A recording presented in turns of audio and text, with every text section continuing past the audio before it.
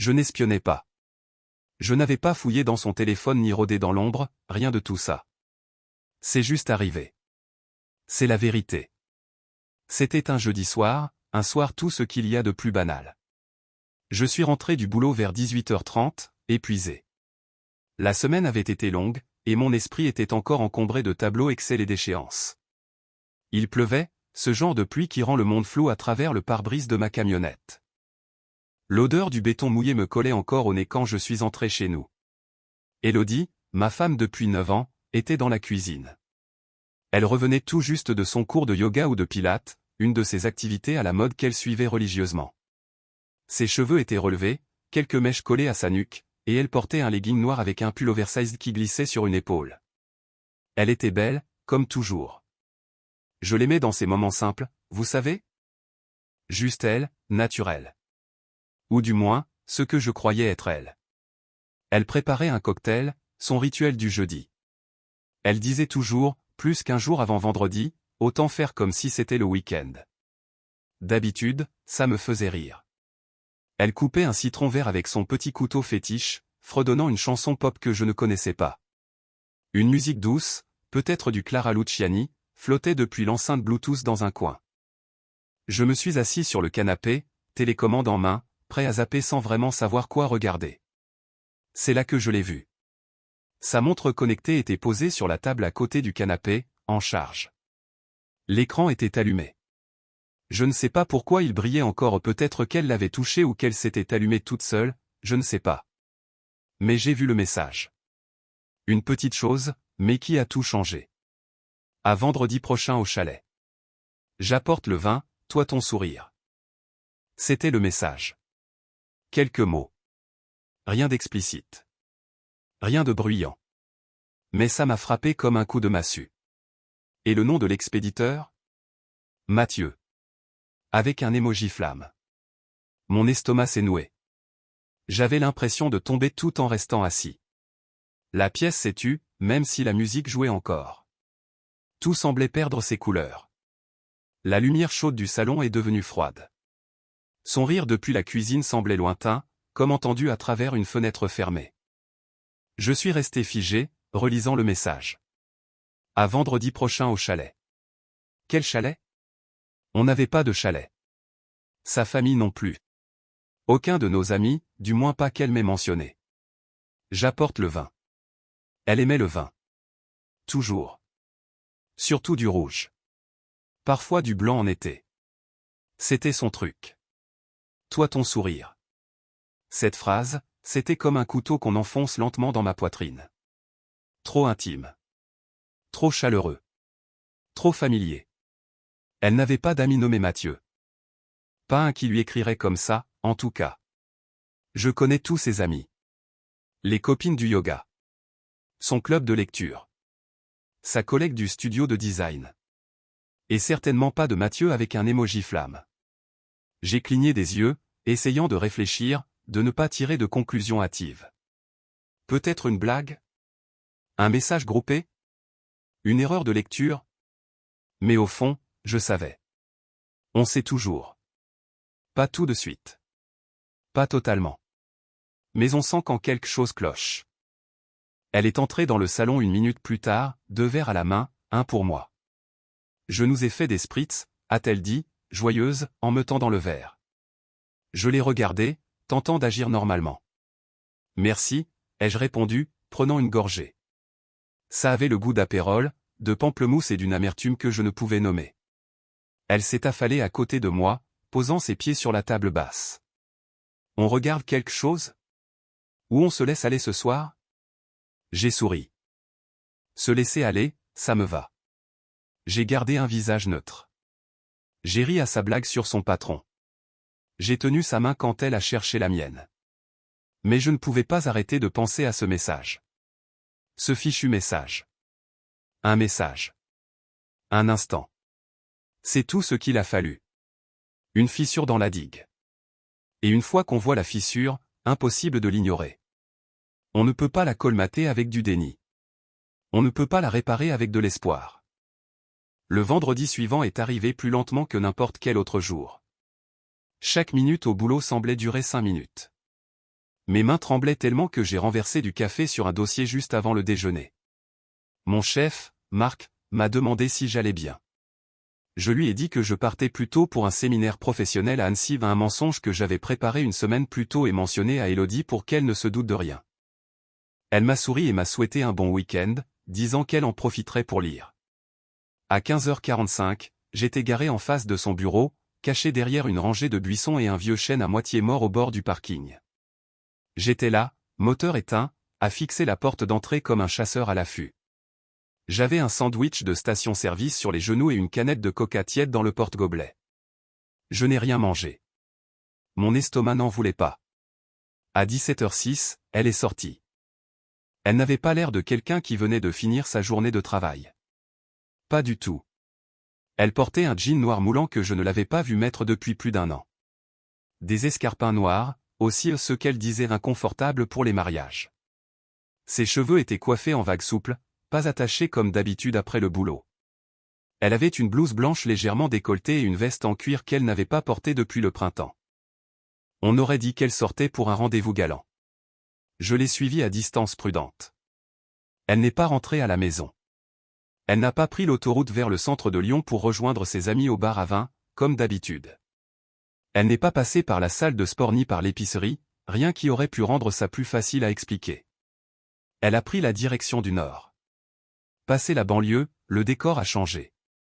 Les centres commerciaux ont laissé place aux arbres. Les fast-foods ont cédé aux routes sinueuses à 2 voies et aux champs déserts.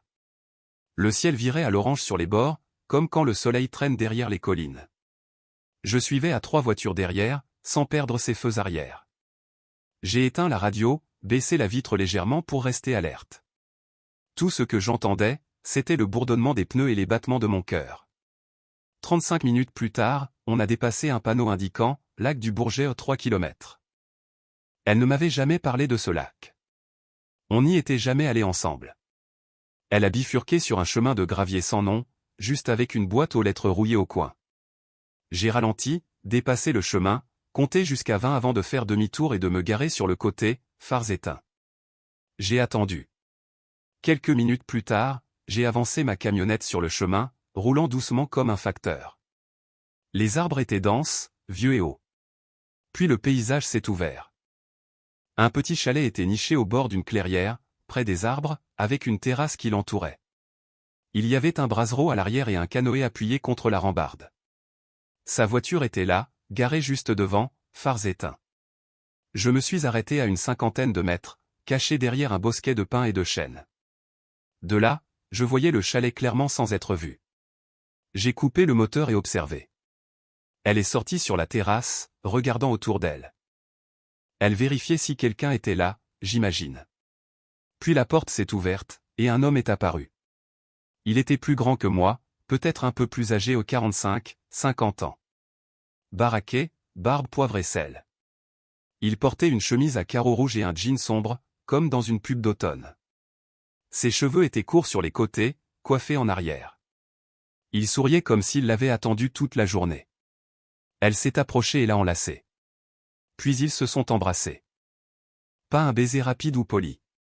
C'était lent. Intime. Comme s'il l'avait fait 100 fois. Ils ont parlé un moment où elle riait, il lui caressait le bras puis il l'a guidée à l'intérieur. 20 minutes plus tard, la lumière de la terrasse s'est éteinte. Je suis resté dans ma camionnette, figé. Les arbres oscillaient, un oiseau chantait au loin, mais tout le reste était immobile. Une immobilité lourde, qui vous écrase la poitrine. Une immobilité qui dit que vous aviez raison. Ce n'était pas un malentendu. Pas une coïncidence. C'était réel. La femme avec qui je partageais ma vie, celle que je pensais connaître mieux que quiconque, avait un autre monde caché ici, dans les bois. Une seconde vie. Et maintenant, je l'avais vue de mes propres yeux. Je ne pouvais plus continuer seul. Après ce vendredi, j'étais au bout du rouleau.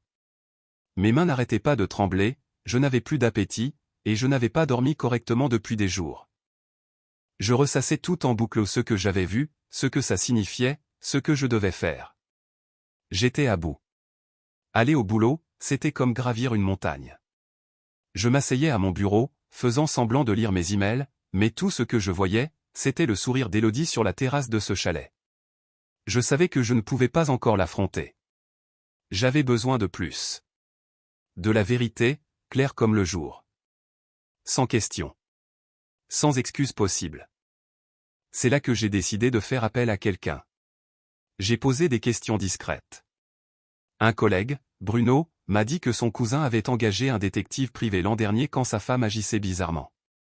Il m'a donné un nom, Laurent. Juste Laurent. Pas de nom de famille sur la carte. Juste un numéro et un logo, un œil dans un engrenage.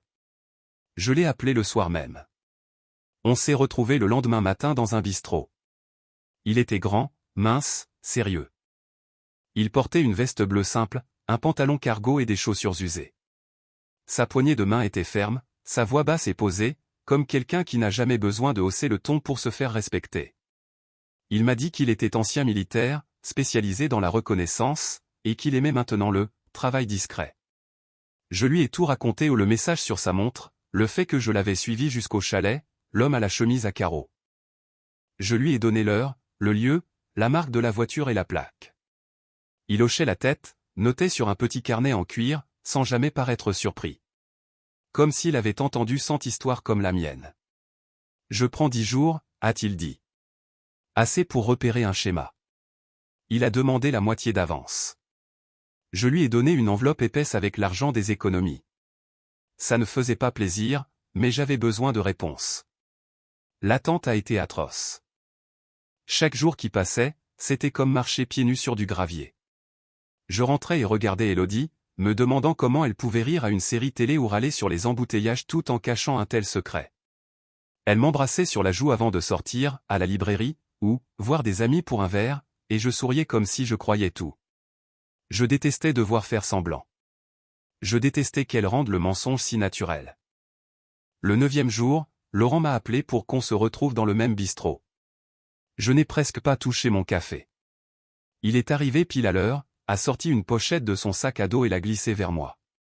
À l'intérieur, il y avait une clé USB, quelques photos imprimées et une feuille de relevé GPS. Je n'ai rien dit. J'ai ouvert la première photo. C'était elle. Ma femme. Au même chalet, sortant de sa voiture avec un sac en toile sur l'épaule. Elle souriait. Ses cheveux étaient relevés. Elle semblait excitée. Nerveuse, même. La photo suivante montrait l'homme barbu où Laurent avait zoomé assez pour voir son visage nettement. Une autre photo, Élodie versant du vin dans 2 verres à l'intérieur du chalet. Puis une autre, eux deux près de la cheminée, riant. La vidéo sur la clé USB, c'était le pire. Laurent avait utilisé un drone, un petit appareil discret avec vision nocturne et un objectif longue portée. Il l'avait fait voler juste avant le crépuscule, près des arbres. Les images étaient nettes, stables. On entendait le vent dans les branches. On voyait les flammes de la cheminée danser à l'intérieur. Ils étaient proches, chuchotant et se touchant comme des adolescents qui se cachent. Je l'ai vu enlever sa veste. Puis son pull.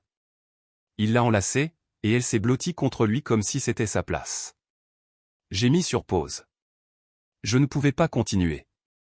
Elle semblait différente dans la vidéo. Pas juste physiquement. Son visage était plus doux. Sa voix plus légère.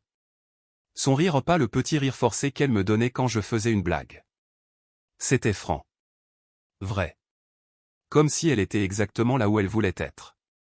J'ai les dates, les trajets, la propriété du chalet. Il appartient à un cousin du type, apparemment, a dit Laurent, tapotant la feuille GPS. Ils se sont vus 3 fois. Toujours le vendredi. Toujours là-bas. J'ai hoché la tête. Payé le reste en liquide. Il n'a pas donné de conseils. Il m'a juste serré la main et est parti. Je suis resté longtemps dans ce bistrot. Même en rentrant, je ne pouvais m'empêcher de penser à combien elle était différente dans ses vidéos. À quel point elle glissait dans cette autre vie, comme on change de chaussures. Ce n'était pas juste une trahison. C'était réaliser que la personne que je pensais connaître si bien était devenue une étrangère sous mes yeux. Et que j'avais été trop aveugle pour le voir. Je n'ai rien dit ce soir-là. Ni le lendemain. Je n'ai pas demandé qui était Mathieu. Je n'ai pas parlé du chalet, des images du drone ou du fait que je savais où elle allait tous les vendredis. Je ne l'ai pas accusé.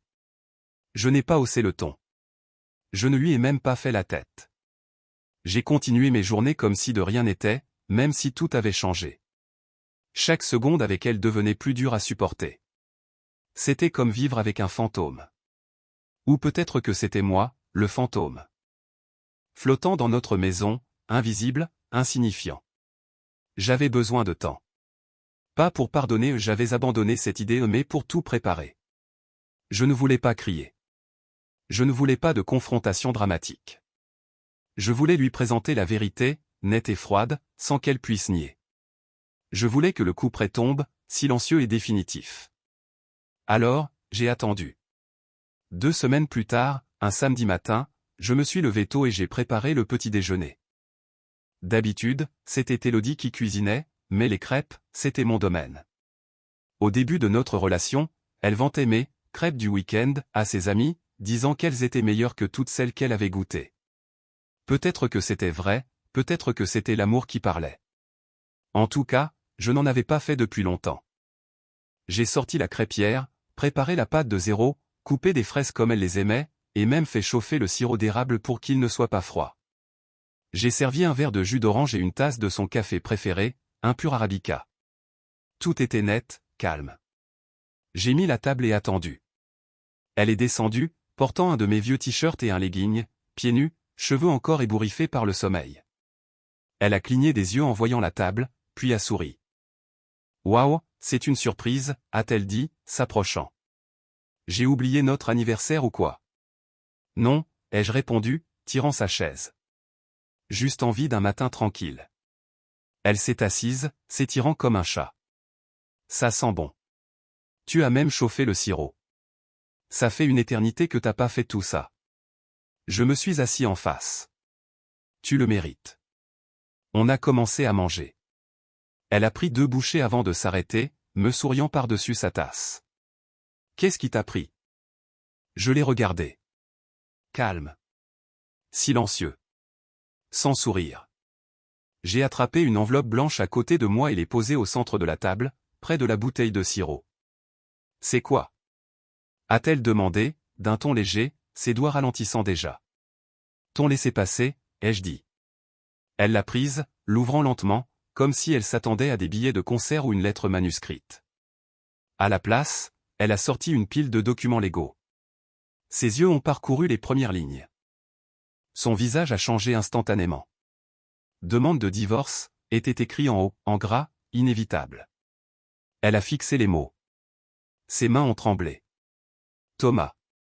A-t-elle dit, clignant fort. Chérie, c'est une blague, non? Non, ai-je répondu, me levant. Pas une blague. Juste les faits. Sa voix s'est brisée. Attends, attends. C'est quoi, ça? D'où ça sort? Je l'ai fixé, immobile. Mathieu te passe le bonjour. Le nom l'a frappé comme une gifle. Sa bouche s'est ouverte, puis refermée. Elle a regardé les papiers, et son visage a blêmi, comme si on lui avait vidé de ses couleurs. Je ne sais pas ce que tu crois. Je sais ce que j'ai vu, ai-je dit, toujours calme. Le chalet. Les vendredis. Le vin. Je l'ai vu, Élodie. Tout. Ne m'insulte pas en faisant semblant. Elle a lâché les papiers et s'est reculée de la table comme si elle s'était brûlée. Tu m'espionnais? Non, ai-je répondu. Tu me l'as servi sur un plateau. Avec ce message. Sur ta montre. Tu ne savais juste pas que je faisais attention. Elle semblait sur le point de pleurer, mais aucune larme n'est venue. Juste un silence abasourdi. Ses yeux balayaient la cuisine, comme pour remonter le temps. Où s'échapper? Je pensais qu'on allait bien, a-t-elle murmuré. Tu pensais que j'étais aveugle, ai-je répondu. La maison était trop silencieuse. Les oiseaux dehors semblaient loin. L'air était épais. Elle s'est levée lentement, comme si elle ne faisait pas confiance à ses jambes. Thomas, s'il te plaît. On peut parler. On peut t'arranger. Y a rien à arranger, ai-je coupé. C'était ton choix. Je ne fais que conclure. Elle a regardé les papiers, puis moi, les yeux brillants. Elle n'a pas tendu la main. Pas supplié. Pas encore. Je suis sorti de la cuisine, laissant les crêpes intactes sur mon assiette. Le café avait refroidi. Derrière moi, je l'ai entendu s'asseoir et ramasser l'enveloppe. Je ne me suis pas retourné. Ce soir-là, après la discussion du petit déjeuner, la maison était silencieuse, trop silencieuse, comme si même les murs retenaient leur souffle. Élodie est restée à l'étage presque toute la journée. Je ne suis pas allé la voir. Je n'ai pas dit un mot de plus. J'ai passé l'après-midi dans le garage, à trier des tiroirs, à rassembler ce dont j'avais besoin. Vers le coucher du soleil, j'ai commencé ma tâche. Je me suis assis à mon ordinateur, j'ai ouvert un dossier caché sous un faux nom, facture 2022, et j'ai regardé les images une par une. Laurent avait bien fait son travail. Chaque photo était nette. Chaque cliché racontait une histoire que je ne voulais pas, mais que je ne pouvais ignorer. Élodie riant avec lui sur la terrasse. Lui tenant la main sur le ponton. Levant des verres de vin près du feu. Assise sur la rambarde, jambes balançantes, comme une adolescente insouciante. À un moment, il l'enlaçait pendant qu'elle posait sa tête sur son torse. Le genre de moment qui aurait dû être entre elle et moi. Mais c'était là, figé dans le temps, clair comme le jour, sur des photos qui coupaient comme une lame. J'ai tout imprimé. Des pages et des pages, en couleur. Je les regardais sortir de l'imprimante comme un album photo malade d'une vie dont je ne faisais pas partie. Puis j'ai imprimé les messages que j'avais récupérés depuis la sauvegarde de sa montre, certains du cloud, d'autres des anciens logs de l'appareil. Hâte de te revoir. La dernière fois, c'était incroyable. Vivement vendredi. Tu me fais me sentir vivante à nouveau. Celui-là m'a marqué plus que les autres. Vivante à nouveau. Comme si nos années ensemble étaient une lente agonie. J'ai tout sauvegardé sur une petite clé USB noire, étiquetée, et... Je ne sais pas pourquoi. Peut-être pour Élodie. Peut-être pour mémoire. Peut-être juste pour tout enterrer quelque part. J'ai pris la pile de photos et de messages imprimés. Puis j'ai sorti nos albums photos, ceux de notre mariage, des vacances, des fêtes. Ils étaient bien rangés dans un meuble sous la télé. L'album de mariage était poussiéreux. Drôle de penser que quelque chose d'aussi important pouvait être ignoré pendant des années. Je ne l'ai pas ouvert. Je l'ai juste ajouté à la pile. Puis les cadres. Le couloir en comptait si notre dîner d'anniversaire, le voyage à Chamonix, elle riant sur la jetée à Nice. Il y en avait d'autres sur la cheminée, sa remise de diplôme, nous au barbecue de mon frère, la fois où on a sculpté des citrouilles avec sa nièce. Chaque photo souriait. Chaque photo semblait un mensonge maintenant. J'ai tout porté dans le jardin, où le vieux bidon en acier trônait près de la clôture, sous le chêne. Je m'en servais pour brûler des feuilles à l'automne, après les tempêtes. Ce soir, il avait un autre usage. J'ai tout entassé au album, photos imprimées, messages, même le vieux journal que j'avais trouvé l'an dernier, où elle écrivait sur nos premières années ensemble. À l'époque, il était plein d'espoir. Je n'ai pas pris la peine de le relire. L'espoir avait disparu. J'ai craqué une allumette. Une seule, contre la boîte. Je l'ai jetée dans le bidon, et en quelques secondes, le papier a pris. Les flammes ont rampé sur les photos. J'ai regardé les sourires se transformer en cendres. Il y a quelque chose d'étrange à voir sa vie partir en morceaux dans les flammes. Je ne me sentais ni mieux ni pire. Juste, vide. Comme si tout ce que j'avais construit était dans ce feu, ne laissant que chaleur et fumée. Le feu crépitait en dévorant le papier et le plastique. La clé USB a fondu rapidement. L'album de mariage s'est recroquevillé, les coins noircissant en premier. L'écriture d'Élodie dans le journal s'est embrassée et a disparu. Je n'ai pas pleuré. Je n'ai pas crié. Je suis resté là, main dans les poches de ma veste, à fixer les flammes. Une brise a emporté la fumée vers le jardin du voisin. Madame Dubois, une gentille dame d'une soixantaine d'années, a passé la tête par-dessus la clôture. Ses cheveux étaient noués dans un foulard, et elle semblait inquiète. « Tout va bien, Thomas ?» a-t-elle demandé. « Qu'est-ce que tu brûles ?» J'ai marqué une pause, les regardé, puis le feu. « Juste un peu de ménage », ai-je répondu. Elle m'a dévisagé un instant, comme si elle savait qu'il y avait plus. Mais elle n'a pas insisté. « Ne reste pas dehors trop tard », a-t-elle dit. « Il va pleuvoir. » J'ai hoché la tête. « Merci. » Elle a disparu derrière la clôture. Le feu continuait. Je suis resté jusqu'à ce que les flammes s'éteignent, ne laissant qu'une lueur douce. Juste des braises et un filet de fumée s'élevant dans la nuit. Quand je suis rentré, la maison semblait différente. Plus légère, en quelque sorte. Comme si un poids s'était détaché des murs. Élodie n'est pas descendue. Les lumières de la chambre étaient éteintes. Je m'en fichais. Le passé était dehors, encore chaud dans le bidon. Et je n'allais pas le traîner plus loin. J'ai commencé tôt le samedi matin, dès qu'Élodie est partie au travail et a franchi le seuil de la maison. Je ne savais pas si elle pleurait encore, ruminait, ou faisait comme si rien ne s'était passé. Peu importe. J'avais une mission, et j'allais la mener à bien. Je suis passé de pièce en pièce avec 3 cartons et un rouleau de scotch. J'ai tout étiqueté, armoire, salle de bain, livres, divers. Je n'ai rien jeté au pas de colère, pas de vaisselle cassée ni de cris. J'étais méthodique. Tout ce qui lui appartenait, chaque bibelot, pull ou pinceau de maquillage, je les rassemblais. Je ne voulais rien laisser d'elle quand elle partirait. Le grenier a été le plus dur. Ça faisait longtemps que je n'y étais pas monté. La poussière flottait comme du brouillard quand j'ai ouvert la trappe. J'ai dû prendre l'échelle dans le garage et la monter à l'étage. Sa robe de mariée était dans une boîte blanche, emballée dans du plastique, enfouie sous de vieux manteaux d'hiver. Elle semblait intacte, comme si on l'avait rangée la semaine dernière et non il y a presque 10 ans. Je suis resté là un moment, à la tenir, repensant au jour où elle l'a portée au son regard au bout de l'allée, son sourire qui m'avait fait trembler les genoux. Je n'ai pas pleuré. Je n'ai pas été sentimental. Je l'ai placée dans un conteneur en plastique transparent et j'ai scellé le couvercle. Fini. Le dimanche, le soleil déclinait. Le ciel était orange et rose, le genre de coucher de soleil qu'on prendrait en photo si l'esprit n'était pas plein de déception. L'air sentait l'herbe fraîche et la fin de l'été. J'avais passé l'après-midi à transporter tous les cartons dans l'allée. Je me suis assuré qu'il ne restait rien dans la maison. Pas une chaussette. Pas un livre. Pas une photo. Tout ce qu'elle possédait était empilé proprement près du garage, ses valises, ses décorations, son matériel de loisirs créatifs, même sa collection de tisanes. Une vingtaine de cartons en tout. J'ai posé une bâche dessus au cas où il pleuvrait. Elle est rentrée un peu après 19 heures. J'ai entendu sa voiture avant de la voir, le crissement des pneus sur le gravier, puis la portière qui claque. J'ai ouvert la porte d'entrée avant qu'elle ne toque. Elle se tenait là, en jean bleu et sweat gris, l'air d'avoir pleuré ou de ne pas avoir dormi.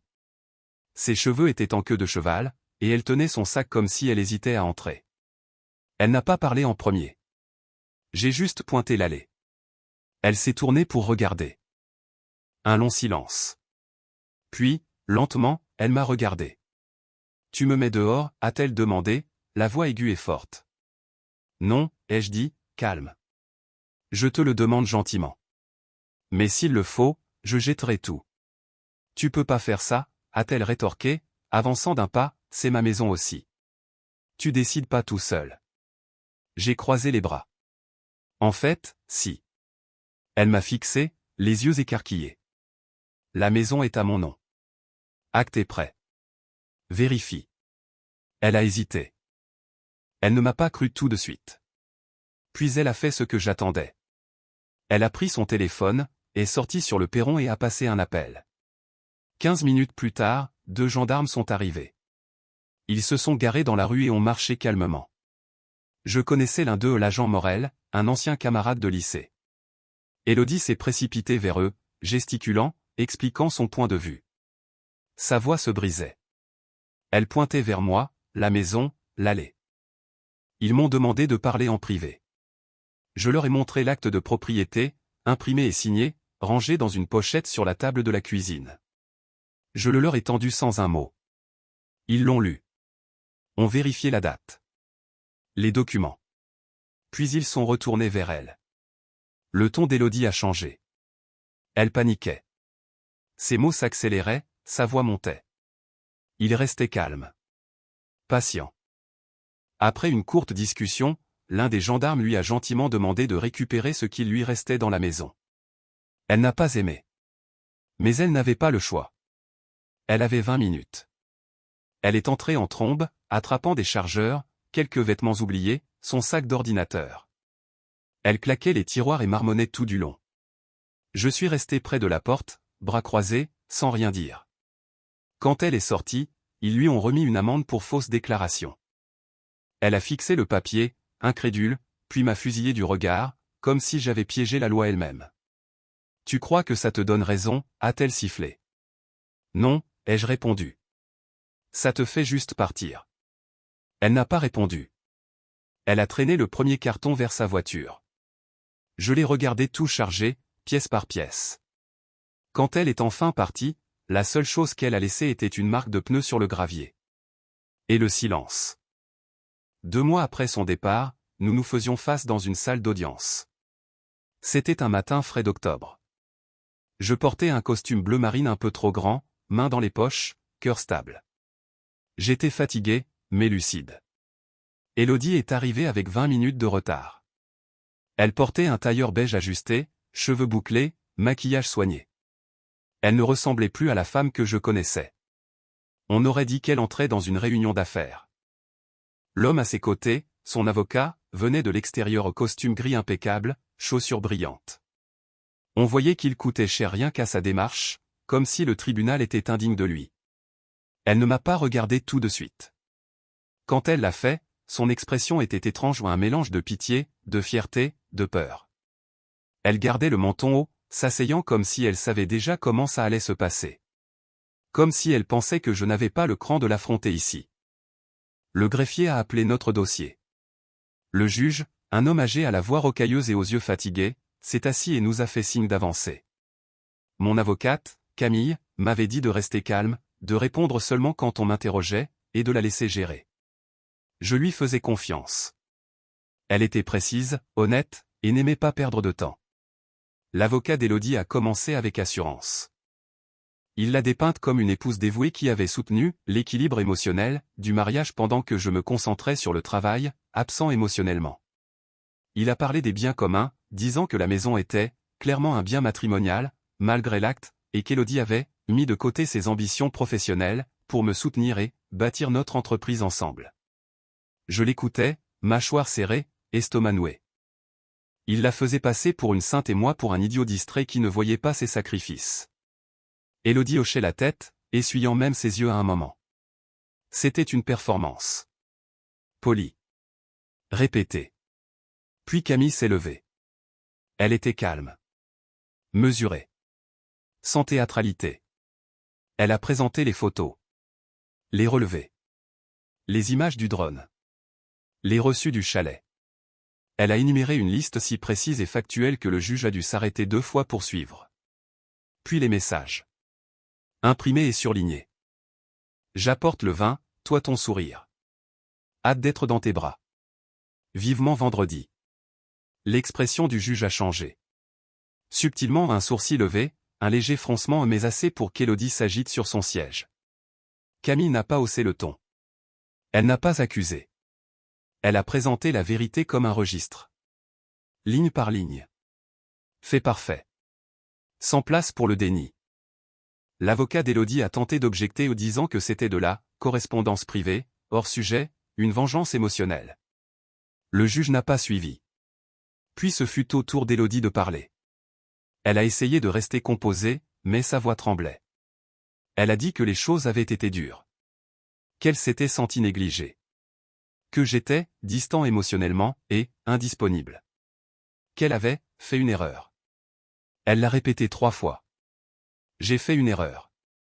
Elle a parlé de confusion. De se sentir perdue. De chercher quelque chose qu'elle ne pouvait expliquer. Le juge l'a laissé parler. Mais quand elle a fini, il n'avait pas l'air ému. Il semblait avoir entendu cette chanson 1000 fois. Quand il a rendu son jugement, c'était calme mais ferme. La maison restait à moi entièrement, sans contestation. L'entreprise, que j'avais montée de toutes pièces avant qu'elle ne s'implique, restait à mon nom. Pas de pension. Pas de partage des comptes retraite. Pas de soutien conjugal. Le juge a dit, très clairement, qu'Élodie avait compromis l'intégrité du partenariat par une inconduite répétée. Son avocat a tenté de discuter, mais ça n'a rien changé. Le marteau est tombé. Affaire close. Je me suis levé lentement. J'ai ramassé mes papiers. Camille m'a tapé l'épaule. Élodie restait figée. Puis, soudain, elle s'est effondrée à genoux sur le sol de la salle. Son sac est tombé à côté d'elle, et elle m'a regardé comme si je sortais d'une maison en flammes avec son cœur dans les mains. Thomas, a-t-elle dit, la voix tremblante. Je ferai n'importe quoi. Je me fiche de l'argent. De la maison. Je te veux, toi. La salle entière s'est tue. Même le greffier semblait gêné. Elle pleurait maintenant. Les larmes coulaient, ses mains jointes comme une prière. S'il te plaît, Thomas. Je veux pas te perdre. J'ai fait une erreur. Je l'ai regardé une bonne minute. Puis je me suis retourné et je suis sorti. Sans un mot. Sans regarder en arrière. Et comme ça, c'était fini. 6 mois ont passé. Ça semblait plus long. Parfois, ça semblait n'être rien du tout. La vie avait repris un rythme. Je travaillais, rentrais, regardais les matchs, faisais des grillades dans le jardin quand le temps le permettait. J'ai réparé le robinet qui fuyait depuis mars. J'ai enfin rangé le garage. J'ai même repris la salle de sport. Je n'essayais pas de me réinventer ou je voulais juste me sentir entier à nouveau. Certains jours, j'y arrivais. D'autres non. Mais j'avançais. Un mercredi matin, j'ai pris ma journée pour faire quelques courses. L'une d'elles était en retard, mon permis de conduire expirait la semaine suivante. Je ne voulais pas attendre la dernière minute, alors je suis allé à la préfecture. C'était une de ces matinées lentes où rien ne bouge, même si la salle était pleine.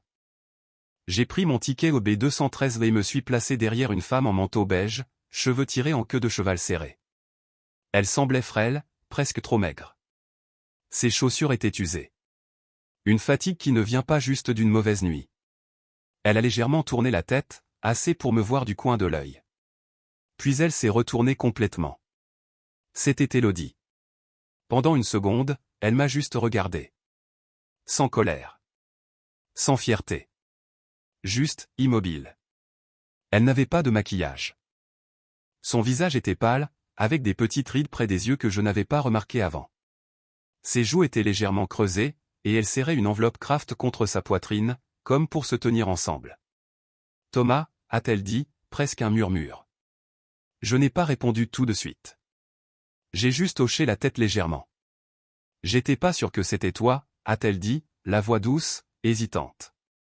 T'as l'air différent. J'ai haussé les épaules. Je me sens différent. Elle a souri, mais un sourire triste. Le genre de sourire qu'on fait quand on veut dire quelque chose sans savoir comment. Ses yeux restaient fixés sur les miens. J'ai voulu t'appeler, a-t-elle dit. Tellement de fois. Juste pour parler. Pour dire que je suis désolé. Elle a baissé les yeux sur ses chaussures, puis les a relevés. J'ai fait une énorme erreur, Thomas. Je l'ai observé. Je voyais qu'elle le pensait. Pas juste les mots ou le poids derrière. Elle semblait porter un sac de briques, réalisant qu'il ne s'allégerait jamais. Je sais, ai-je répondu. J'y suis passé. Elle a cligné des yeux. Ses lèvres ont tremblé. Des larmes ont perlé, mais elle les a ravalées vite, comme si elle ne voulait pas pleurer devant moi. Comme si elle ne le méritait pas, tu me détestes encore, a-t-elle demandé, la voix à peine audible. J'y ai pensé. Pas longtemps. Juste assez pour être honnête. J'ai secoué la tête. Non. Elle a soupiré, presque soulagée. Puis j'ai ajouté, ça voudrait dire que je tiens encore à toi. Ça l'a frappé plus fort que tout ce que j'aurais pu dire. Son sourire s'est effacé, ses épaules se sont affaissées. Elle a regardé le sol, silencieuse. Le panneau des numéros a bipé au-dessus. Un numéro a été appelé. Le mien. B213. J'ai regardé le guichet, puis elle. Prends soin de toi, Élodie. Et je me suis dirigé vers le comptoir. Sans regarder en arrière. Sans vérifier si elle me suivait des yeux. J'ai tendu mes formulaires à l'employé, signé, et continué. C'était la fin de notre histoire, et je ne l'ai pas revue depuis. Partagez vos réflexions dans les commentaires, selon vous, qu'attendait l'héroïne lorsqu'elle est rentrée chez elle ce dimanche-là? Pourquoi les infidèles pensent-ils que le pardon est encore possible? Si vous avez aimé cette histoire, abonnez-vous à la chaîne et likez-la.